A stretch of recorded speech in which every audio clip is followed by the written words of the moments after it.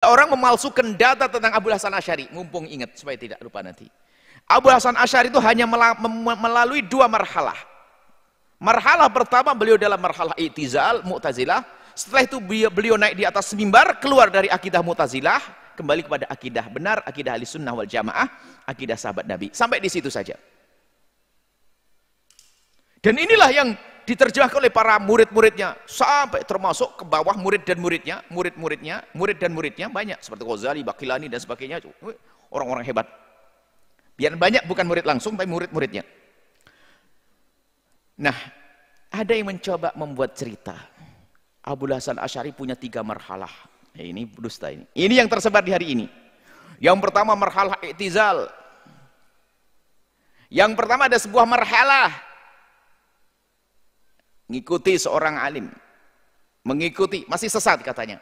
Baru yang jadi waktu beliau melepas jubahnya itu belum menuju kebenaran. Wah, ini kan kurang ajar masih. Yang ketiga itu marhalah ngikuti akidah salaf. Salaf itu siapa sih? Salaf itu kan sahabat Nabi yang sebelumnya ikuti salaf, kalau tidak ikut salaf. Maksudnya ini kelompok akhir zaman ini yang mengingkari kaum Asy'ariyah ini membuat data palsu. Kalau memang Abu Hasan Asy'ari punya 3 marhalah, pasti naik mimbar lagi beliau. Jadi yang ada Abu Hasan Asy'ari hanya 2 kali masa. Pertama beliau ikut Mu'tazilah, setelah itu beliau ikut Ahlussunnati wal Jamaah. Enggak ada tambahan lagi di situ. Yang alasannya yang ketiga adalah marhalah selamat dia, yaitu masalah mengikuti salaf. Lu memang sebelumnya enggak mengikuti salaf. Nah, ini yang membagi 3 marhalah ini sebetulnya ingin menyesatkan kaum Asy'ariyah. Sampai mereka berkata, kalau Asy'ari saya setuju, karena Asy'ari punya 3 periode, 3 marhalah. Tapi kalau Asy'ariyah, ulama Asy'ariyah saya nggak mau. Nah, ini kan kurang ajar. Sengaja saya tegaskan di sini karena mulai isu-isu busuk disebarkan oleh mereka perusak umat di negeri kita. Kiai, kita dengan orang sedikit Ustaz. Ya, silakan. Ada anggapan belakangan Kiai bahwa Imam Asy'ari ini taubat sekali lagi mengikut mazhab Wahabi, Kiai. Ini benar atau tidak, Kiai? Itu sama sekali tidak benar. Itu gosip, ya.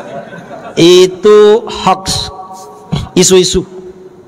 Dan ini kata Wahabi, bukti bahwa Imam Asy'ari keluar dari mazhab Asy'ari lalu kembali ke manhaj salafi, kata mereka, kitab Al-Ibanah. Kitab Al-Ibanah. Padahal kitab Al-Ibanah naskah yang asli tidak ada. Naskah yang ada tidak ada yang otentik. Dan naskah yang diterbitkan oleh Wahabi itu sudah ditahrif, cuma gak ditahrif semua. Ini payahnya Wahabi. Mengapa di dalam Al-Ibanah yang dijadikan dasar oleh Wahabi, Al-Ibanah terbitan Wahabi di Saudi ya, halaman 116, ketika menafsirkan istawa, katanya Allah itu beristiwa di arasy tapi tidak berdiam lama, tinggal tapi gak lama, katanya tinggal di arasy tapi gak lama, sebentar. Ini halaman 116. 10 halaman kemudian 126, istawa itu tidak punya makna Allah tinggal di arasy. Allah gak tinggal di arasy. Di depan 116 tinggal tapi sebentar, 126 tidak tinggal. Artinya apa? Wahabi ini hanya sempat melakukan distorsi, merubah, mentahrif di depan aja, di belakang lupa, gak ditahrif sama mereka. Ini bodohnya mereka. Curang tapi tidak sempurna curangnya, akhirnya ketahuan itu. Ini mereka. Jadi gak betul itu kalau Imam Asy'ari ini keluar dari Mu'tazilah, keluar dari Asy'ariyah lalu ikut Wahabi, sama sekali tidak betul itu. Tidak betul. Karena riwayatnya tidak ada.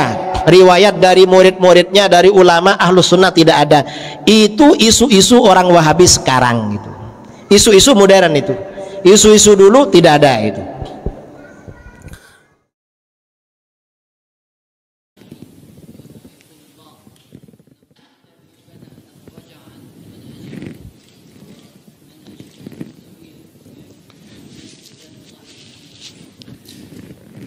هذا كلام جهل مركب، جهل مركب، والذي يقولونه هم الوهابية فقط.